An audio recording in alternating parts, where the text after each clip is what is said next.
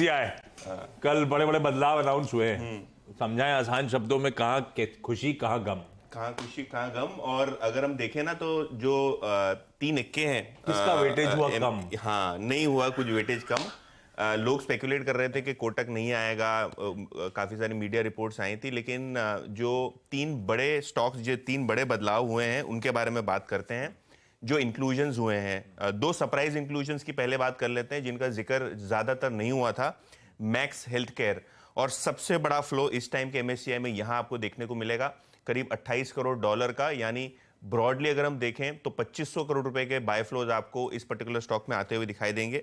तो नजर रखिए, आज मैक्स हेल्थ केयर में एक सरप्राइज एंट्री हुई है इस स्टॉक की। हिंदुस्तान एरोनॉटिक्स एकदम नोन था, मतलब ये शुरू से एनालिस्ट बता रहे थे कि यहां आपको खरीदारी के फ्लोज देखने को मिलेंगे, और यहां 1500 से 1600 करोड़ के बाय फ्लोज आपको दिखेंगे। सोना बीएलडब्ल्यू, ये भी एक सरप्राइज एंट्रेंट है, और ये एकदम बॉर्डर लाइन था और फिर भी ये आ गया।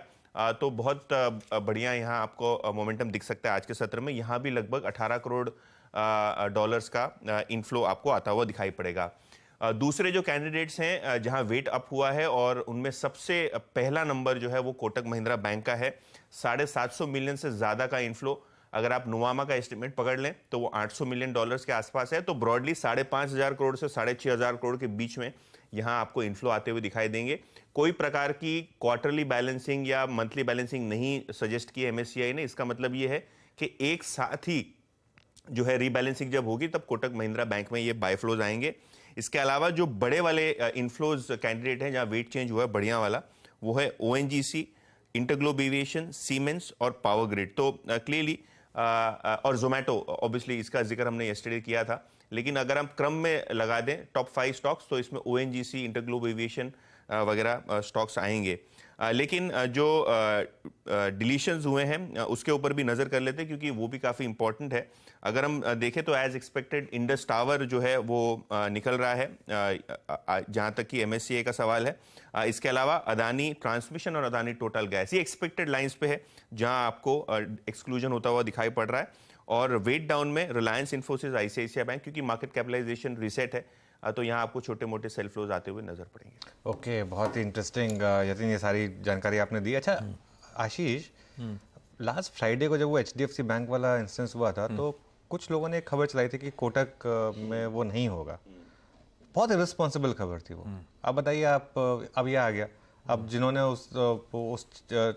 उसको लेकर उस पैनिक में कोटक भी बेच दिया हो तो, और मतलब थोड़ा सा मुझे लग रहा है कि इस चीज़ को लेकर थोड़ा सा संभल के काम करना चाहिए। और आ गया, और जितना एक्सपेक्ट कर रहे थे उससे ज़्यादा का इनफ्लो आ गया कोटक में। बिल्कुल। तो अब आज अगर ये कोटक चल गया, मान लो, हालांकि मार्केट थोड़ा ओवरऑल वीक लग रहा है, लेकिन अगर कोटक इसके वजह चल गया तो फिर कौन रिस्पॉन्सिबल होगा? तो थोड़ा सा मुझे लग रहा है कि एक हमको थोड़ी सी रिस्पॉन्सिबिलिटी रखनी चाहिए सिर्फ। और स्पेशली ना टेम्पटेशन होती है उस दिन फ्राइडे को, क्योंकि एचडीएफसी बैंक में आ गया तो कि शायद कोटक में भी नहीं आएगा, तो थोड़ा सा उसको मुझे लगता है कि थोड़ा सा अवॉइड करना चाहिए। बिल्कुल ठीक। 750 की एक्सपेक्टेशन के सामने 810 का इन्फ्यूजन होना है, 810 मिलियन डॉलर्स का इन्फ्यूजन होना है कोटक महिंद्रा बैंक में। यह है कहानी। 2 सरप्राइज जो चकाचक आज फॉर्म में रहने वाले हैं शायद, उसमें एक तो max health care, 28 crore dollars इसके इनफ्लोज, ये आने हैं 31 मई की क्लोज है ना, इफेक्टिव डेट तो है 31 मई क्लोज। लेकिन आशीष, इसका अगर हम ये देखें ना कि एवरेज जो डिलीवरी वॉल्यूम होती है डेली,